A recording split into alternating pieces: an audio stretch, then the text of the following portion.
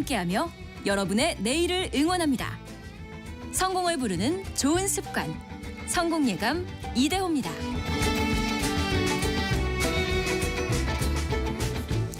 성공예감 이대호입니다. 2부의 문을 열겠습니다. 8월 30일 금요일 오전 10시 5분 흘러가고 있고요. 오늘 오전 10시를 기해서도 폭염경보가 추가로 발효된 지역이 있네요. 전남 장성군, 경북 김천시, 의성군, 예천군 폭염경보가 추가로 발효가 됐고요. 여전히 그 낮에는 뜨겁더라고요.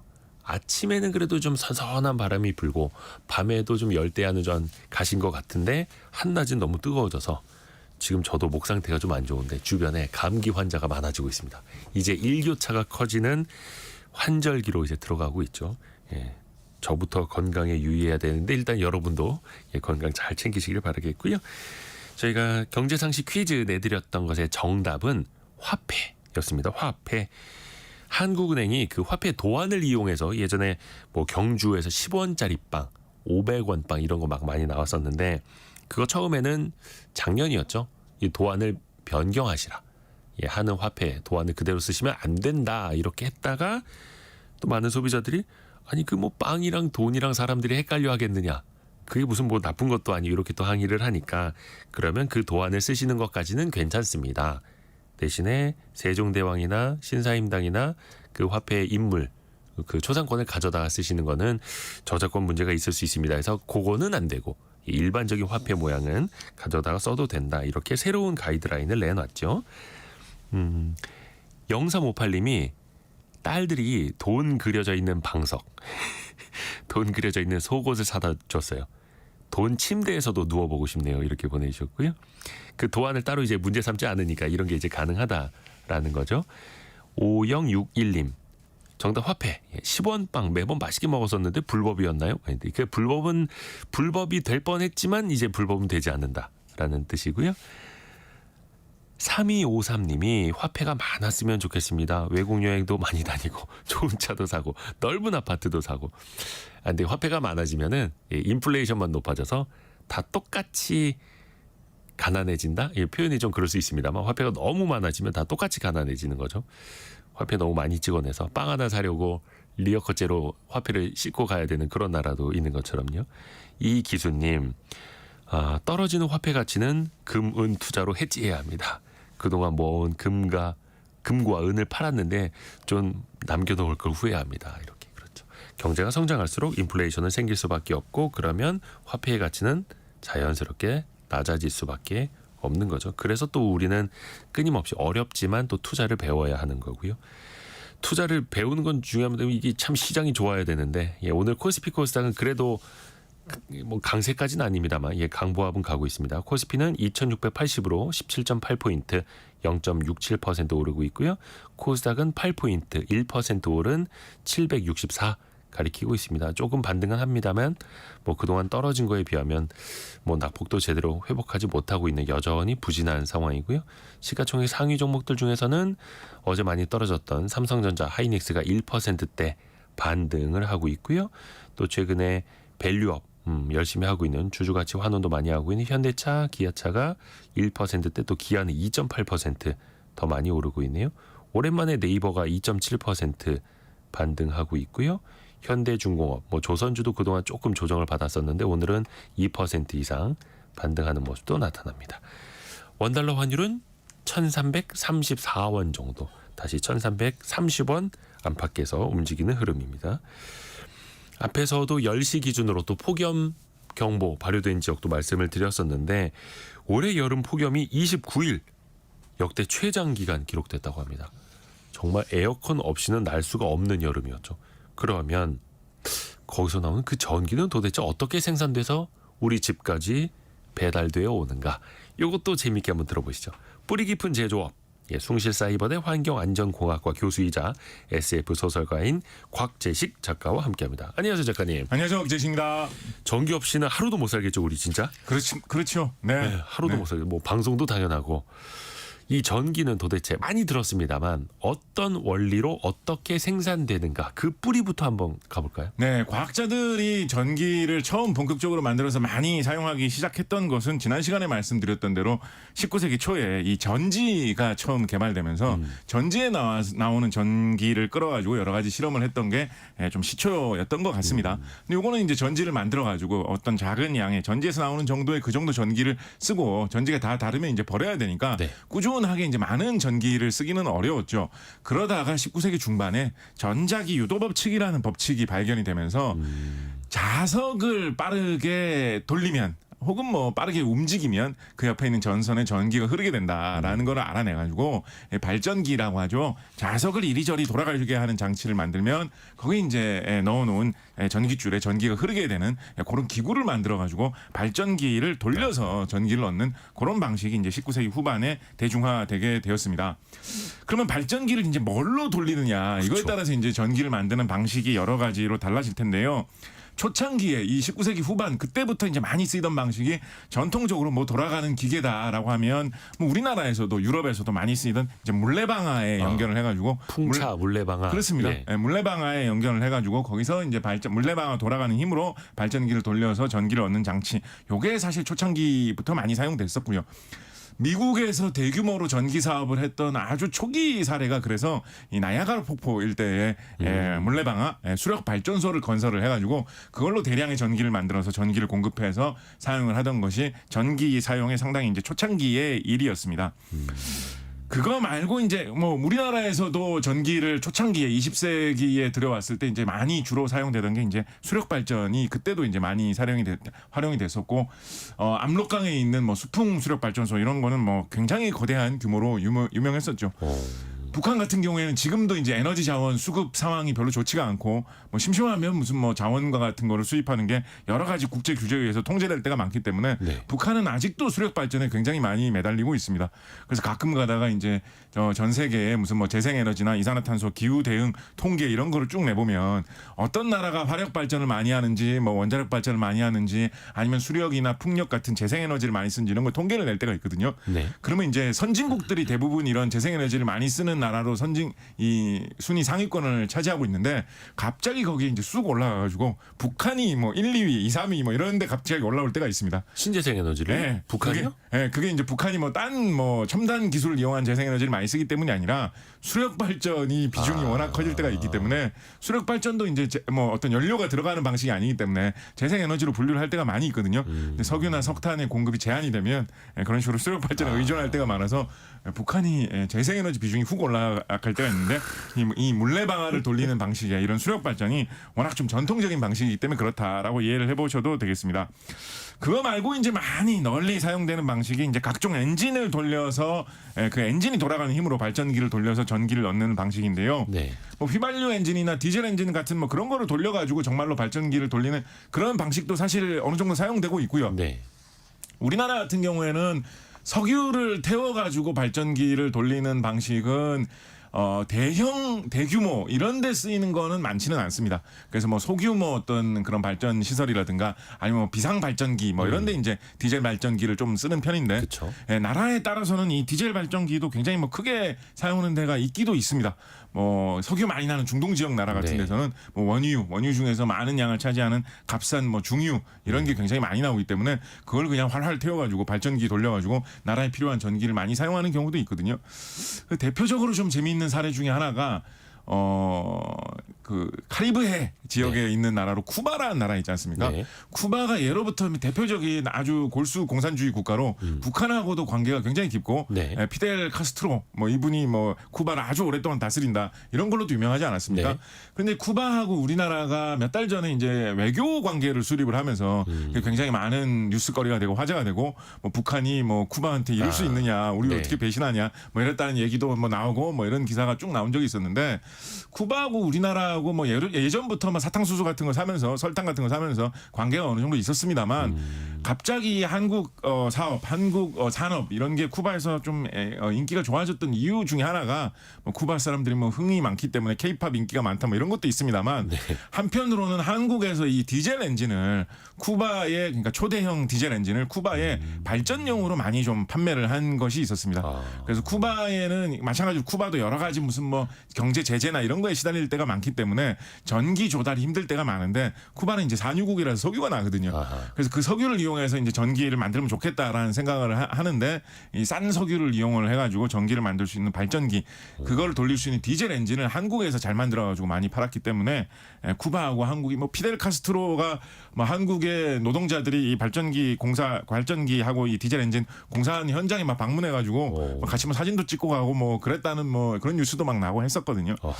우리나라가 이런 대형 발전용 디젤 엔진 같은 거를 어떻게 잘 만들게 됐을까요? 뭘 우리나라가 뭐 석유가 많이 나는 나라는 아니지 않습니까? 그렇죠. 근데 왜 우리가 이런 대형 중유 엔진. 디젤 엔진 이런 거 큰 거 어떻게 이렇게 잘 만들게 됐을까요? 글쎄요. 엔진 기술 자체는 좋은데. 네. 우리나라가 조선업이 발달하다 보니까 큰 배를 움직이려면 커다란 디젤 엔진을 이용을 해가지고 그렇죠. 배를 움직여야 되지 않습니까? 네. 그러다 보니까 대형 디젤 엔진을 만드는 기술이 차근차근 이제 쌓여 나갔었는데 그거를 이제 쿠바에는 발전용으로 이렇게 판매를 한 거다라고 보면 되겠죠. 우리나라에서는 이제 이런 방법은 사용되지 않고 그거 말고 이제 뭐 원자력이나 석탄 화력 발전이나 가스를 이용해서 돌리는 뭐 그런 화력 발전 뭐 이런 게 이제 많이 사용이 되고 있는데 이게 화력 발전이다 연료를 태워서 돌린다라고 하면 가스 발전하고 석탄 발전이 둘 다 화력 발전이다라고 해가지고 요거를 두 개를 묶어가지고 이제 이 이야기를 해볼 수도 있을 텐데요. 또 다른 관점에서 보면 이 내부의 방식으로 보면 석탄 화력 발전소하고 원자력 발전을 또 한 대 묶어서 볼 수 있는 뭐 그런 분류 방식도 생각을 해볼 수가 있습니다. 분류 방식이 달라요. 네. 그거는 이제 어떻게 분류를 하는 거예요? 석탄 화력하고 원자력하고 완전 다른 것 같은데 그게 어떻게 같이 묶이지라고 그렇죠. 생각을 해보면 이 어떤 공통점이 있냐면 석탄 화력 발전소 같은 경우에는 이거 석탄을 태워가지고 그 석탄 속에 그 석탄에서 나오는 무슨 연기나 이런 걸 이용해서 바로 발전기를 돌리는 게 아니라 그 석탄을 태울 때 나오는 열기로 일단 물을 끓입니다. 그 물을 끓이면 그 물이 끓으면서 이제 수증기가 나오겠죠. 그럼 수증기가 나오는 그 거센 힘을 뽑아내가지고 그 증기로 말하자면 좀 바람개비 같이 생긴 터빈이라는 기계를 돌려가지고 그 터빈에 연결된 발전기가 돌아가면서 전기를 만들어내는 방식. 그게 이제 석탄 화력 방식이거든요. 그러니까 그게 증기를 활용하는 방식은 그게 에너지원이 LNG가 됐든 석탄이 됐든 아니면 원자력이 됐든 똑같다라는 거죠. 방식이. 그렇죠. 그 마지막에 발전기를 돌리는 방식은 같다는 거죠. 그래서 원자력도 원자력 핵 반응을 이용해서 뜨거운 열기를 만들면 그걸로 물을 끓여가지고 이 터빈을 돌려서 바람개비를 돌려서 발전기를 돌리는 방식이라는 점에서는 원자력과 석탄 화력이 비슷한데 원리가. 아까 중간에 가스 얘기 잠깐 하셨는데요. 가스는 보통 그런 방식을 잘 안 택합니다. 말씀하신 대로 가스도 그런 방식을 택하는 경우가 있기는 있어요. 가스도 가스를 태워서 물을 끓이는 방식이 있기는 있는데 가스 같은 경우에는 보통 물을 안 끓이고 가스를 직접 불을 태워가지고 그 가스가 그 폭발하면서 가스가 그 맹렬하게 타오르는 그 기능 자체를 그대로 바람개비에 집어넣어가지고 그게 직접 바람개비를 돌리는 그런 방식을 사용하기 때문에 증기를 만드느냐 물을 끓이느냐에 따라서 가스 발전하고 석탄 화력 발전은 좀 구분된다. 그래서 뭐 그런 말도 사용합니다. 원자력 발전하고 석탄 화력 발전소를 묶어서 증기의 힘을 이용한다라고 해서 뭐 기력을 이용한다. 기력 발전 방식이다. 뭐 이런 말도 섞어서 두 개를 같이 분류하기도 합니다. 조금 구분되는 거를 뭐 지금 우리나라에서는 다수는 아닙니다만 하나만 더 이야기를 해보자면 이렇게 발전기를 돌리는 방식 말고 좀 색다른 방식으로 전기를 만드는 것으로 이제 태양광하고 수소 연료 전지 방식이 있는데 태양광 같은 경우는 뭐 이렇게 빙빙 돌아가는 뭐 발전기를 돌리는 이런 게 없고요. 풍력만 해도 이제 발전기를 돌린다. 전자기 유도를 하는 자석이 돌아가는 걸 이용한다라는 거는 풍력 발전만 해도 그거는 뭐 그대로 유지가 되는 건데 태양광 같은 경우에는 뭐 돌아가는 게 없죠. 이거는 이제 그 반도체가 갖고 있는 특성 같은 것을 이용해서 광전 효과라는 그런 현상을 전혀 다른 현상을 이용을 해가지고 전기를 만드는 뭐가 돌아가는 게 없는 그런 방식이고요. 아예 태양 전지. 하는 그렇습니다.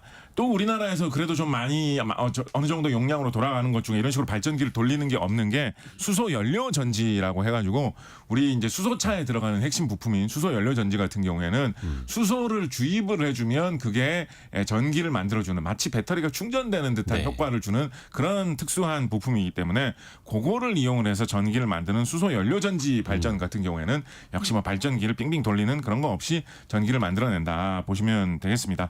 오늘은 이 중에서도 뭐 우리나라에서 제일 좀 전통적으로 많이 쓰이고 있고 또 지금도 많은 비율을 차지하고 있는 좀 화력 발전 중심으로 좀 말씀을 드려보도록 하겠습니다. 화력 발전 비중 보니까 한 30% 정도는 그렇습니다. 차지하더라고요. 물론 네. 옛날 뭐 한 40%대보다는 좀 낮아지기는 했습니다만 네. 역시 이게 가장 싸니까 그런 걸까요? 그렇습니다. 일단 싸기도 싸고요. 지금 방금 말씀해 주신 게 이 화력 발전 중에서도 이제 석탄 화력 발전 말씀하시는 건데요. 예. 우리나라가 2017년 뭐 이럴 때만 해도 석탄 화력 발전 비중이 40%를 넘어갔거든요. 네. 지금도 말씀하신 대로 한 30% 정도는 됩니다. 우리나라 한국에너지기술연구원에서 발표한 통계를 보면 2023년 뭐 이럴 때 작년 같은 경우에 여전히 유연탄을 이용을 해가지고 석탄을 태워서 증기를 끓여가지고 그 증기에서 나오는 힘으로 발전기를 돌리는 그게 전체 전기의 거의 한 3분의 1 가까이 된다 이런 거죠. 이런 거를 생각을 해보면 참 좀 신기하기도 하고 기분이 묘하기도 한 게 우리가 현대 첨단 전자 문명이라고 하면 네. 지금 이 방송도 스마트폰으로 보시는 분도 계실 것이고 뭐 여러 가지 뭐 요즘 시대에는 뭐 스마트폰을 이용한 뭐 메타버스와 가상현실이 뭐 뭐 AI 중요하고 뭐 다. 인공지능 뭐 온갖 이런 얘기를 하는데 네. 그거를 떠받치고 있는 전기는 우리나라 같은 경우에는 아직도 3분의 1은 석탄을 석탄으로. 떼가지고 그거를 증기를 물 끓여가지고 증기 만드는 그 방식을 아직도 3분의 1에 기대고 있다라는 물 거죠. 끓여가지고. 네, 그 방식으로 전기 만드는 방법은 정말 오래된 방법이기 때문에 우리나라의 석탄 화력 발전소들 쭉 보다 보면 아직도 1970년대에 건설된 발전소 지금도 돌아가고 있는 것들 꽤 있거든요. 꽤 뭐 이제 뭐 거의 폐쇄되고 있는 그런 상황입니다만 2017년에 폐쇄된 서울의 당인리 화력 발전소 같은 경우에는 1969년부터 가동을 해가지고 48년 동안 가동하던 석탄 화력 발전소인데 아직까지도 이제 꾸준히 사용되고 있을 정도로 한국이 석탄 화력 발전을 굉장히 좀 많이 하는 나라고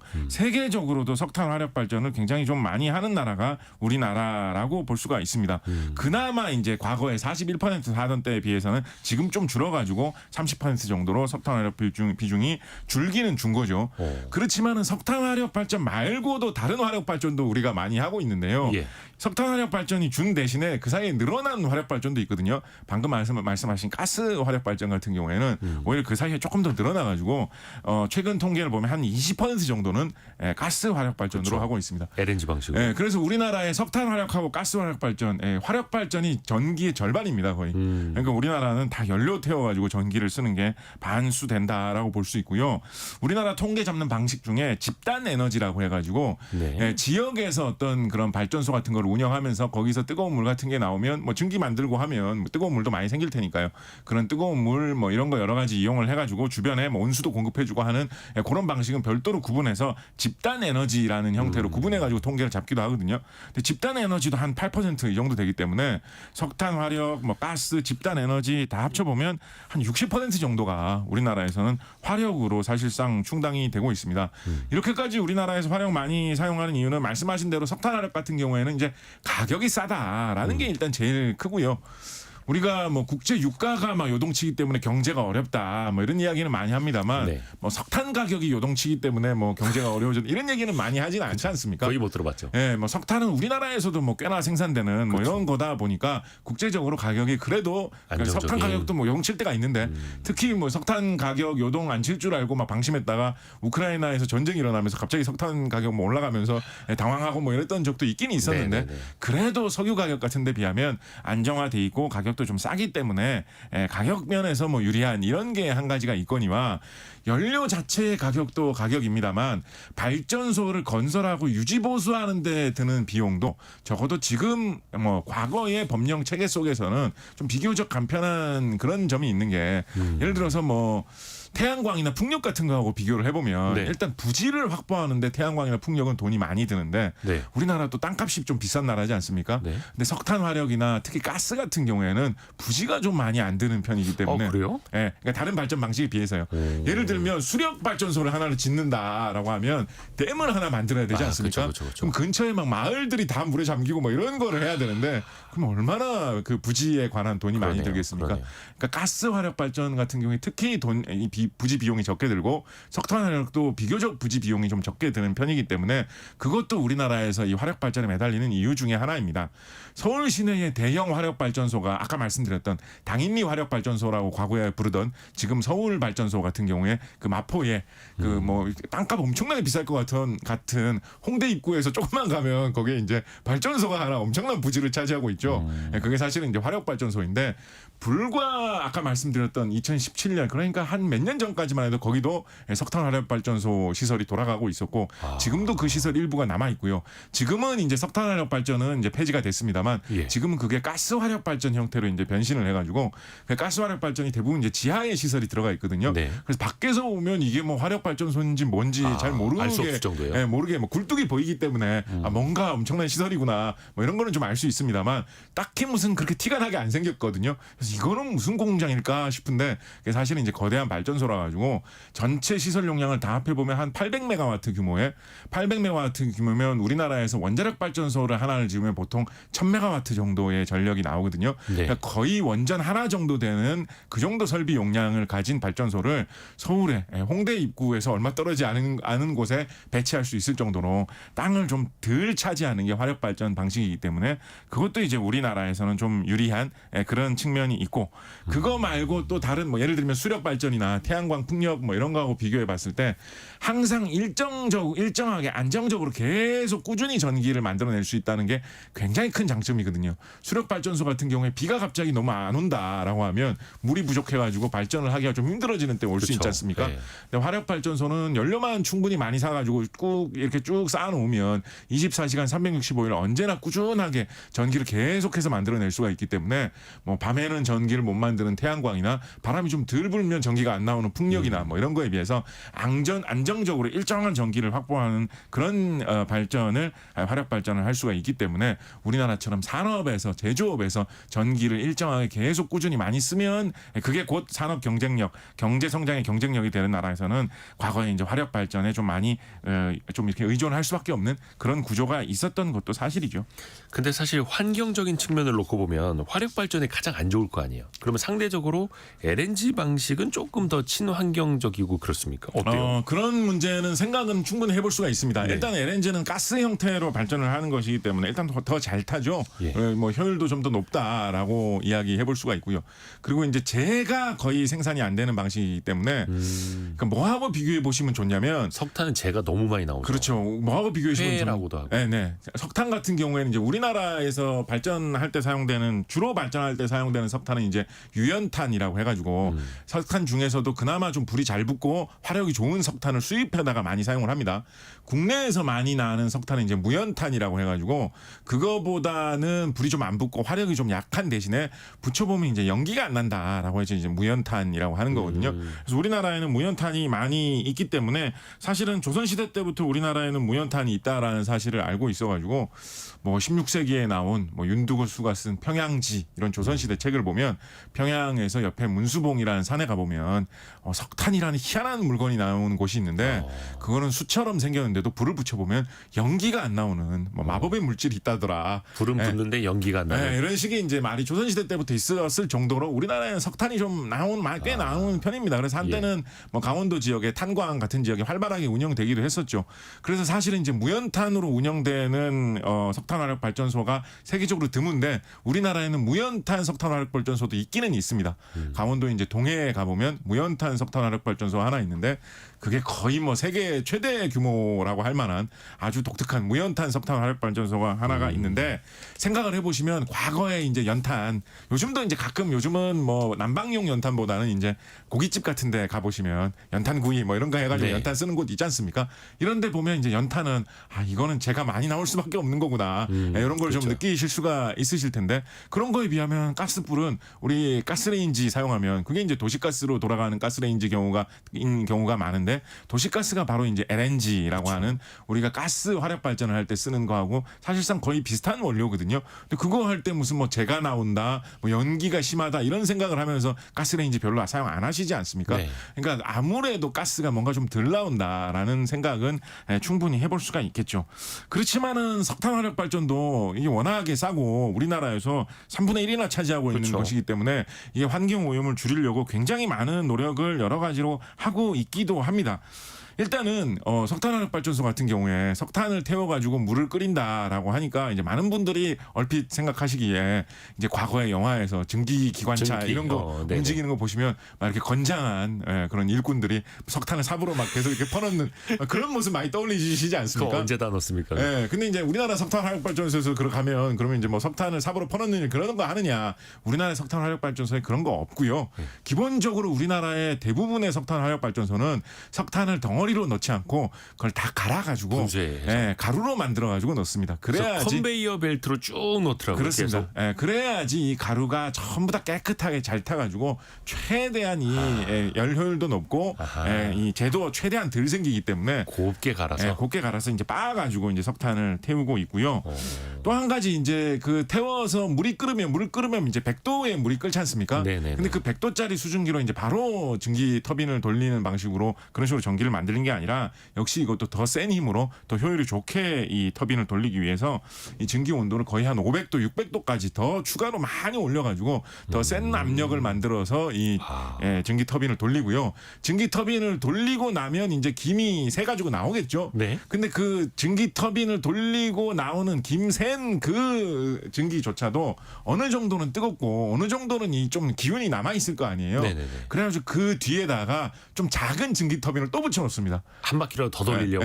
그래서 보통 우리나라의 대형 화력 발전소 같은 경우에는 뭐 고압 증기 터빈, 중압 증기 터빈, 뭐 저압 증기 터빈 이런 식으로 2단계, 3단계로 터빈을 돌려서 최대한 석탄을 조금이라도 좀 덜 쓰고 전기를 많이 만들려고 좀 애를 쓰고 있습니다. 좋은 아이디어네요. 네, 이런 데 사용하는 것 중에 뭐 좋은 아이디어라고 말씀해 주셨으니까 좀 제가 신기하게 생각하고 좋아하는 네. 장치, 뭐 이 분야에 계신 분들은 다들 아는 그런 장치 중에 절탄기라는 게 있거든요. 절탄기. 예, 이코노마이저라고 하는 절탄기라는 혹시 뭐 이런 거 들어보셨습니까? 처음 들어봐요. 예, 이게 절탄기라는 게 이제 이 관련 분야에서 혹은 뭐 저처럼 환경공학 하면서 뭐 이런 뭐 석탄 태웠을 때 뭐가 많이 나오고 이런 거에 관심 있으신 분들은 다들 아시는 것인데 네네네. 관련되지 않은 분야에서는 절탄기가 뭐야라고 하는 게 그러게요. 이제 절탄기인데요. 절탄기가 이제 말만 들어보면 이제 석탄을 절약해 주는 장치라는 뜻에서 절탄기라고 부르는 건데 네. 이게 절탄기의 원리가 뭐냐면 석탄을 태우고 나면 이 연기가 나오겠죠. 그죠?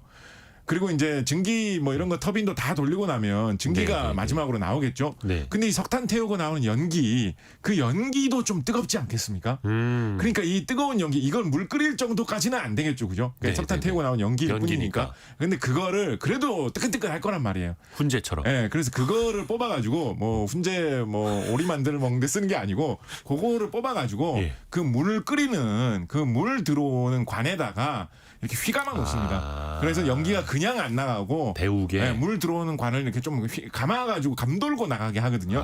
그러면 물이 들어오다가도 그 연기의 뜨거움에 의해서 약간 좀 미지근해지겠죠. 그러면 물을 끓일 때 연료가 좀 덜 들 거 아닙니까? 그러네요. 찬물이 들어오는 게 아니라 좀 미지근한 물이 들어오니까. 그러네. 특히 추운 겨울철이나 이럴 때는 요걸로 절약되는 게 상당하겠죠.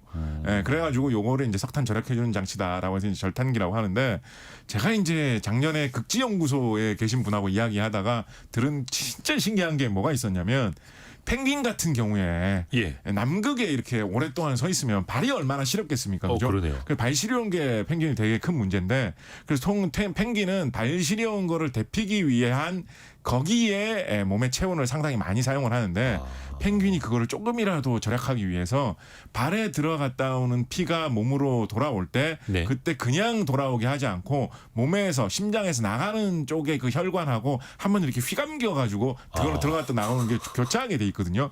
이게 구조가 이 석탄 화력 발전소에 쓰는 절탄기 구조하고 이제 같더라고요. 그래서 아니 이거 펭귄들은 어떻게 이거 절탄기 원리를 알아가지고 자기 발 데피는데 이 원리를 사용을 하고 있나라고 생각을 해서 제가 되게 신기했던 그런 진화가 기억이- 그렇게 됐다는 예, 거죠. 그렇죠. 그 기억이 나는데 그 이런 열 여러 에너지를 최대한 잘 활용하기 위해서 이런 여러 가지 장치를 이용을 해가지고 석탄 화력 발전 방식은 이제 최대한 이야. 효율을 높이고 이 어떤 그 오염을 줄이기 위해서 애를 쓰고 있고요. LNG 같은 경우에는 뭐 LNG는 이제 상대적으로 뭐 괜찮은 방식이다 뭐 이렇게 생각을 할 수가 있는데 그래도 LNG 같은 경우에도 뭐 태우면 이산화탄소는 계속 발생을 하는 거니까 네. 이것도 뭐 기후변화 문제는 뭐 나름대로 악영향을 미친다라고 할 수가 있거든요.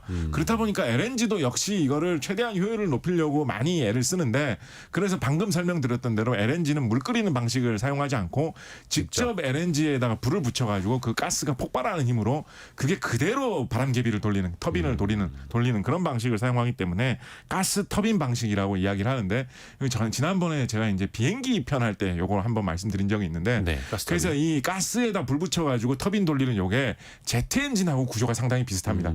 그래서 가끔 이제 제트 엔진 잘 만드는 미국 회사가 사실은 이 전기 잘하던 회사였고 이 말씀 드린 적이 있는데 그래서 사실은 그렇게 해서 살펴보면 그 제트 엔진 만들 정도의 기술력이 있어야지 현대 가스 터빈 정도를 만들 수 있는 그 정도 기술력이 되거든요.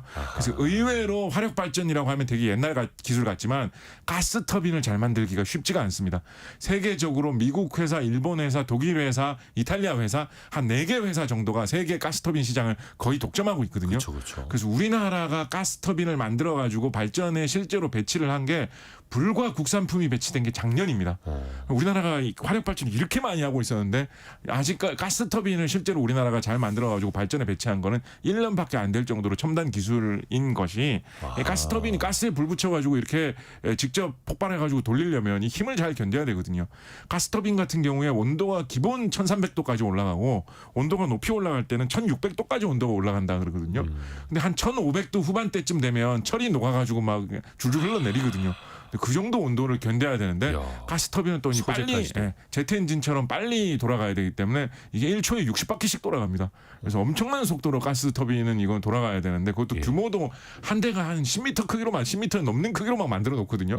무게도 막 한 300톤짜리 뭐 이런 기계를 만들어 가지고 그게 1초에 막 60바퀴씩 돌게 1300도의 온도를 견디면서 이런 걸 만들어야 되니까 이게 첨단 기술이라 가지고 세계 주요 선진국 회사들이 다 독점하고 있었고 이거 뭐 심심하면 뭐 여러 가지로 막 비용 많이 부르고 이런 것도 많이 했습니다. 약간 좀 시원찮은 것 같은데 이거 좀 수리 좀 해주세요. 정비 좀 해주세요. 그러면 이거 뭐 정비할 게 아니라 새로 하나 사시죠. 뭐 이렇게 얘기를 하면 우리 기술이 없으니까 이거 어쩔 수 없어가지고 막대한 돈을 내고 뭐 사갈 수밖에 없는 이런 게 과거에 있기도 했었는데 우리나라에서 이제 작년에 국산화 제품이 이제 실제로 이제 배치되기도 했었고요.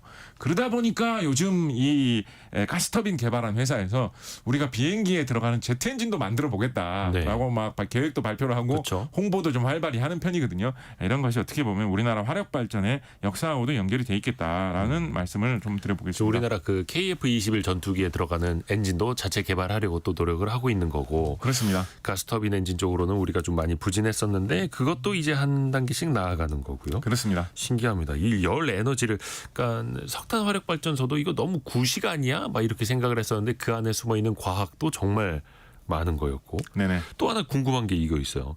석탄 화력 발전소가 뭐 태안이라든지 당진이라든지 네. 서해안 지역에 좀 많이 있지 않습니까? 그렇습니다. 충남 지역 서해안에 다 몰려 있죠. 그게 위치적으로는 왜 그런 거예요? 어떤 이유가 있어요? 이거 참 이거 신기하고도 이게 참 재밌는 건데 예. 일단 가장 큰 이유를 이야기를 하려면 석탄화력 발전은 이제 물을 많이 쓰다 보니까 물 구하기 쉬운데 이제 배치를 하다 보니까 그렇게 됐다라는 게 일단은 가장 큰 이유입니다. 그래서 충청남도 지역 중에서도 말씀하신 대로 해안 쪽에 다 발전소들이 몰려 있죠. 특히 이 아까 증기를 만드는 물을 끓일 때 쓰는 그 물은 뭐 네. 호수나 이런 데서 구해 와도 어느 정도 충분한데 왜냐하면 이제 물 끓여가지고 증기를 만들면 그 증기로 터빈을 돌리고 발전기 돌리고 난 다음에 그 증기가 나온 거를 다시 식혀가지고 다시 물로 만들어서 그걸 또 끓이거든요. 그래서 네. 계속 돌리면서 쓰는 거기 때문에 그 물은 그렇게 많이 들지는 않는데요. 네. 뭐에 물이 진짜 많이 드냐면 그 뜨거운 증기를 다시 물로 식힐 때 그걸 식힐 때 뭐 어떻게든지 식혀야 될 거 아닙니까? 그걸 또 물로 시키는 그건 거예요. 이제 물로 식히면 이제 제일 간편하기 때문에 아하. 나라에 일단 물을 구하기 어려운 나라에서는 커다란 무슨 탑 같은 걸 지어놓고 뭐 공기 같은 걸로 식히는 이런 방식 택하는 것도 있긴 있거든요. 물로 하면 제일 간편하기 때문에 우리나라에서는 이 물은 뭐 수질이나 이런 게 별 관리는 없잖아요. 그냥 옆에 물이 와가지고 들어왔다 나왔다 하면서 식혀주기만 하면 되니까. 냉각수. 그러니까 이 냉각수 식히기 위한 물은 수질도 크게는 중요하지 않기 때문에 제일 물이 많게 구할 수 있는 곳이 이제 바다 바다다 보니까 바닷가에 설치하면 이 물 식히는 물 구하기가 쉬워가지고 아하. 바다에 설치를 많이 하는데 이게 문제가 뭐가 있냐면 네. 이게 발전소를 하루 이틀 돌릴 거라면 이게 그냥 대충 아무 바다에나 설치를 해도 큰 상관은 없을 텐데 이게 발전소를 우리나라에 정말 충남 서해안처럼 정말 많이 짓는다라고 하면 바닷물을 이용을 해가지고 이 증기를 식히지만 증기를 식히다 보면 이게 어느 정도 물이 미지근해질 수가 있잖아요. 바닷물이 아무리 바닷물이라도 그러면 식히는 효율이 조금 떨어지지 않겠습니까? 그죠? 그래서 이제 우리나라의 과학기술인들이 뭐를 생각을 해가지고 발전소를 배치를 했냐면 서해안은 이 민물과 썰물의 차이, 조수 간만의 차이가 크잖아요. 네. 그걸 이용을 해가지고 하루에 2번씩 바닷물이 들어왔다가 나갔다가 하는 그거를 이용을 해서 물이 좀 미지근해질만 하면 물이 나가가지고 새 밀물로 바꿔가지고 들어오는 요게 자연적으로 이루어지도록 하는 것까지 자연 교환. 활용을 하기 위해서 서해안을 특히나 많이 이용을 한 그런 측면이 있습니다. 이게 참 제일 중요하다고 생각할 수밖에 없는 게 네네네. 우리나라가 처음 발전기가 들어와서 전기를 많이 사용을 하게 된 게 1887년에 경복궁 궁궐에 전기를 밝히는 용도로 들어온 게 우리나라 최초로 발전기 배치해서 사용한 거거든요. 이때도 석탄화력 발전소를 건설을 해가지고 발전소라고 하기에는 뭐 조그마한 발전기를 설치를 해서 사용했던 겁니다만 사실은 1887년이면 굉장히 빨리 도입한 편입니다. 미국에서 발명한 토머스 에디슨이 전기 사업을 본격적으로 한 게 1880년대 초반이거든요. 그러니까 미국에서 본격적으로 발전 사업을 크게 벌인 지 불과 한 7, 8년 됐을 때 우리나라에도 처음으로 석탄 화력 발전을 도입을 했으니까 정말 빨리 도입을 한 것인데 이게 전기가 미래다라고 생각을 해가지고 이거를 산업적으로 정말 많이 투자를 했으면 조선이 막 전기 강국이 되고 이랬을지도 모르겠습니다만 그런 생각을 하지 못하고 그냥 그 궁궐에 발전기 설치하니까 밤에도 이거 환하고 좋네. 이 정도로 하고 말았기 때문에 그냥 그렇게 된 것이죠. 근데 이제 그때 당시에도 이 냉각수가 많이 필요했었기 때문에 경복궁에서 어디에다가 석탄화력 발전하는 이 발전기를 설치해다 사용을 했냐면 경복궁에 좀 이렇게 북편 쪽으로 가다 보면 향원정이라는 정자가 하나가 좀 아름다운 게 있고 그 앞에 이렇게 연못이 쭉 있습니다. 그 연못을 냉각수를 이용하기 위한 그 시설로 1887년 당시에 이제 사용을 했었거든요. 근데 냉각수를 그렇게 사용을 하다 보니까 연못이 그렇게 크지 않잖아요. 그러니까 연못이 뜨뜻미지근해진 거예요. 그럴 수 있겠네요. 그래서 연못에서 기르던 물고기가 떼죽음을 하는 현상이 한번 발생했습니다. 근데 이제 조선 시대에는 물고기 떼죽음하고 이러면 그게 되게 흉흉한 징조라고 많이 생각했잖아요.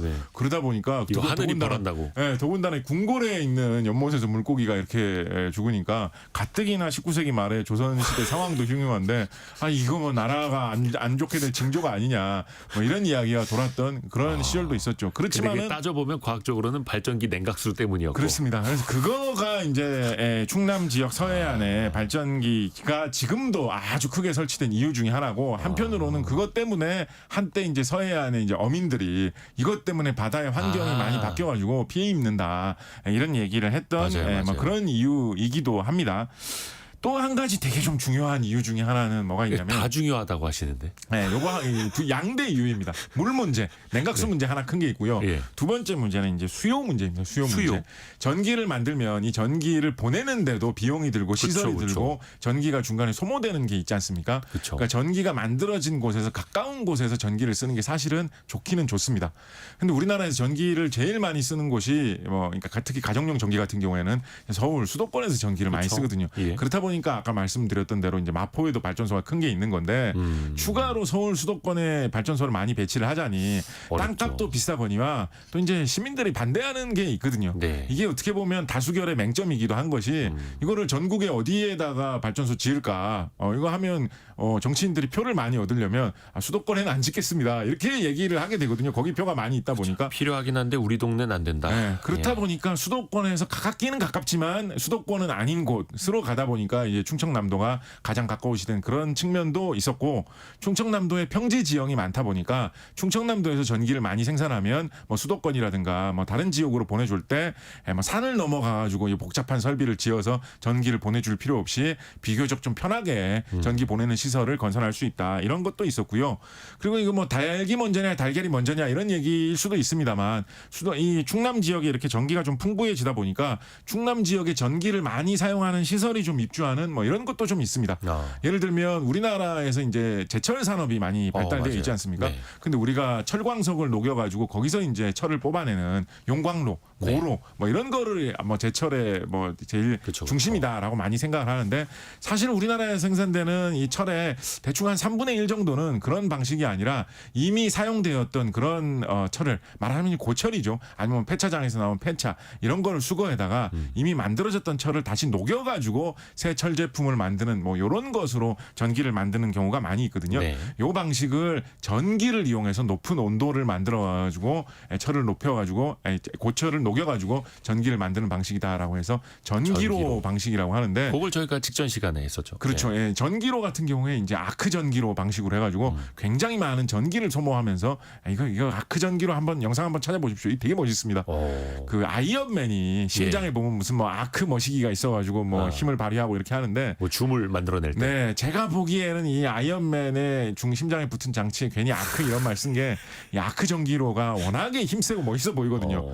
정말 우리나라 충청남도의 뭐 당진 뭐 이런 데서 아크 전기로 가동되는 그 모습 영상 찾아보시면 아이언맨 가슴팍에 있는 거 이상으로 멋있게 생겼습니다. 정말 엄청난 전기 불꽃이 막 튀면서 철을 녹여서 막대한 양의 철을 생산해내거든요. 근데 그 전기를 조달하려면 근처에 전기가 많아야 좋겠죠. 그래서 또 충남에 이 전기가 많이 생산되는 뭐 그런 이유도 있다라고 말씀드리겠습니다. 아크 전기로 한번 찾아봐야겠네요. 영화처럼 멋있어지는 거고. 네네. 많은 분들이 또 질문도 주셨는데 요거 하나만 좀 답변해 주시면 좋을 것 같아요. 김경자님 호흡은 언제 하시나요? 지금 하고 있습니다. 지금. 네. 0245님은 교수님은 모르시는 게 뭘까가 더 궁금합니다. 근데 그 모르는 것 중에 제가 재작년 정도에 요거 알아가지고 정말 이건 진짜 신기하다라고 생각했던 게 뭐가 있냐면 네.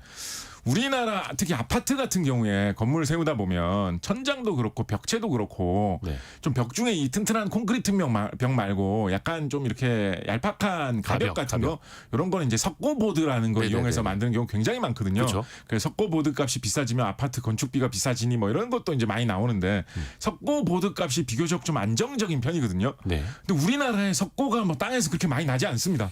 그런데 우리나라의 아파트 얼마나 많이 짓습니까? 그렇죠. 우리나라가 뭐 미국이나 캐나다 이런 나라에 비하면 목조 주택은 거의 별로 안 짓는 편이잖아요. 네. 지으면 다 이런 석고보드 이런 거 많이 쓰는 방식으로 건물을 짓는데 도대체 석고가 어디서 나길래 우리나라는 석고보드가 이렇게 가격이 안정화돼 있느냐. 근데 석고보드 공장들을 찾아보면 역시 충청남도 지역에 굉장히 석고보드가 많이 있습니다. 이게 왜 왜 이게 충청남도에 많이 있는지 이유를 살펴보면 네. 그 이유가 역시 또 석탄 화력 발전소하고 관계가 깊은데요. 석탄 화력 발전소에서 나오는 그 연기 중에 공기 중에 배출됐을 때 미세먼지를 만들어내거나 아니면 산성비를 만들어낼 수 있다라고들 많이 이야기하는 물질 중에 이산화황이나 뭐 삼산화황 같은 황산화물이라고 하는 물질들이 있습니다. 그래서 석탄화력발전소에서는 이 매연에서 배출되는 이 연기에서 황산화물들을 제거하기 위한 설비들이 되게 많이 있거든요. 네. 그래서 요거를 다 제거를 해가지고 그거를 연기 속에서 다 뽑아내면 순수한 황성분이 추출돼가지고 많이 쌓이게 됩니다. 이거를 버리면 그냥 다 쓰레기죠, 그죠? 버리면 이게 다 쓸모없는 제품이 되는 건데 이 순수한 황성분이 이렇게 많이 모여 있는 게 되게 아깝잖아요. 그래서 화학자들이 열심히 고민을 한 게 뭐냐면 석회석 성분하고 이 황성분이 반응을 일으키면 석고가 된다는 걸 알아낸 거죠. 그래서 석탄 화력 발전소에서 추출된 황을 받아다가 그걸로 석고를 만드는 데 사용을 하기 때문에 그거를 석고를 받아서 석고 보드를 충청남도에서 열심히 많이 만들고 있어서 우리나라의 충청남도 서해안에 뭐 꼬막이 맛있냐 뭐 낙지가 맛있냐 이런 얘기를 많이 하는데 우리나라의 전국적으로 충청남도 서해안이 대표적인 전기 맛집이고요. 그리고 그곳이 전기 맛집이기 때문에 여러분이 사시는 이런 아파트 혹은 일하는 건물 이런 데 사용되는 석고보드도 그 고향이 대부분 이 화력발전소하고 연결돼 있는 충청남도 지역인 경우가 많다. 요거까지 알아두셔도 좋겠죠. 정원영님이 감자줄기 나오듯이 줄줄이 나오는 지식이라고. 그래서 끝내려고 인사 말씀 드렸다가 한 가지 더 이제 석고에 대해서도 알게 됐습니다. 네. 곽재식 작가님이었습니다. 고맙습니다. 감사합니다. 라디오 정보센터 다녀옵니다. 반도체와 자동차 생산이 줄면서 지난달 전 산업 생산 지수가 전달보다 0.4% 감소해 석 달째 감소 흐름을 이어갔습니다. 소비 동향을 보여주는 소매 판매액 지수도 전달보다 1.9% 줄며 감소세로 돌아섰습니다. 부동산 PF 대출 부실로 충당금 부담이 커지면서 올해 상반기 저축은행이 3,804억 원 손실을 냈습니다. 지난해 상반기보다 손실폭이 2,839억 원 확대됐습니다. 정부가 안정적 주택 공급과 주거 안전망 강화 등을 담은 제3차 장기 주거종합 계획을 발표했습니다. 2032년 주택 보급률 목표는 106%로 나타났습니다. 인공지능 칩 선도업체 엔비디아의 주가가 실적 발표 다음 날인 29일 뉴욕 증시에서 전날보다 6.38% 폭락했습니다. 미국의 2분기 경제 성장률은 지난달 발표된 속보치보다 0.2%포인트 높은 연율 3%로 집계됐습니다. 지금까지 라디오 정보센터 뉴스 정한나였습니다. 애프터 서비스 시간 곽지현 리포터와 함께합니다. 안녕하세요. 네, 안녕하세요. 청취자분들의 질문 들어보죠. 네, 2482번님, 전기차 혜택은 왜 이렇게 많이 주나요? 사실 앞에서도 뭐 화력발전소 이야기를 했습니다만 탄소 배출을 좀 줄여야겠죠. 네. 그러려면 친환경차 보급이 필요하고 그런데 친환경차는 초기 기술이다 보니까 너무 비싸고 그래서 사람들이 안 사니까 보조금을 정부에서 주면서 대량 생산을 또 유도를 해야 하고 당연히 그랬던 겁니다. 그래서 네. 지금은 대량 생산 이후에 단가 인하, 판매 확대 그 중간 어디쯤에 있는 상황인데요. 일단 어느 정도 전기차가 보급이 되고 나니까 세계 각국이 독일도 그렇고 중국도 그렇고 우리나라도 그렇고 보조금을 조금씩 줄여가는 추세죠. 영국 같은 경우에는 그 보조금을 아예 중단하기도 했었고 전기차 살 때 보조금을 받을 수 있는 차값 기준이 해서 지난해 5,700만 원에서 올해 5,500만 원으로 좀 내려가기도 했었고요. 네. 다만 그래도 어려운 분들이 친환경차를 사신다면 이 분야에 대해서는 지원이 좀 늘고 있더라고요. 차상위 계층이 전기차 살 때 받을 수 있는 추가 지원금 당초 국비 보조금의 10%에서 20%로 올리고요. 청년, 생애 최초 구매자는 30%를 또 추가 지원하기도 합니다. 네. 무공해차 통합 누리집에 조금 더 자세한 정보가 있습니다. 네. 이어서 3387번님은 딥페이크 아무것도 믿을 수가 없습니다. 딥페이크 사진이나 영상인 건지 어떻게 확인할 수 있는 방법이 있을까요? 이게 지금 AI로 사진 합성뿐만 아니라 영상 합성 기술까지 굉장히 많이 떠오르고 있는데요. 네. 이게 초반에는 손가락이 막 6개로 보이기도 하고 얼굴은 합성을 잘하지만 손가락 모양의 이걸 표현하는데 가장 취약하다. 그래서 손 모양을 보면 알 수 있다. 이렇게 했었는데 네. 요즘은 그것도 정교해지고 그래요? 있습니다. 예. 또 MIT 미디어 연구소에서는 얼굴에 주름을 봐라. 뭐 눈주름이 비슷한가. 안경 그 반사, 네. 빛의 반사, 입술이 자연스러운가를 봐라. 막 이랬었는데 네. 이것도 아니에요. 점점 더 정교해지고 있다 보니까 이거로 육안으로 이제는 구분하지 못하는 시대로 가고 있고 해서 일부에서는 워터마크를 의무적으로 찍게 하자라는 이야기도 나옵니다만 네. 또 그걸 또 정교하게 지우는 기술도 또 그렇던데요. 나오고 있어서 이거 대안을 어떻게 해야 될지 모르겠습니다. 그렇군요. 우선은 조심하셔야 되고 제가 항상 말씀드리듯이 가족에게서 영상통화로 보이스피싱이 올 수도 있는 거여서 네. 가족끼리의 암구호를 꼭 만들어 바로, 두시라 네. 당부드립니다. 알겠습니다. 이어서 아이디 아날로그맨님, 그 숙박 쿠폰 받을 수 있는 곳 다시 알려주세요라고 보내셨는데요. 이 홈페이지 대한민국 숙박 세일 페스타로 들어가셔서 숙박 할인권 받으러 가기 클릭하시면 가고 싶은 국내 숙박 선택할 수가 있습니다. 이 발급 기간은 이번 주 화요일부터 9월 29일 일요일까지입니다. 네. 매일 오전 10시부터 선착순을 발급하고요. 이 사용 기간은 9월 9일부터 10월 13일까지 서울, 경기, 인천 제외한 비수도권 지역에서 사용하실 수가 있습니다.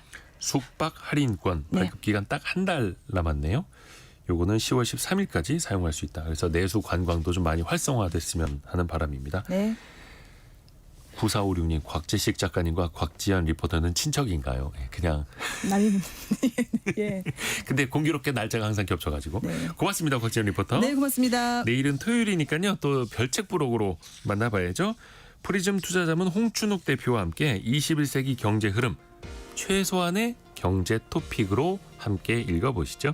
KBS 1라디오 그리고 또 유튜브 통해서 함께 보실 수 있습니다. 성공 예감은 오늘도 여러분을 응원합니다.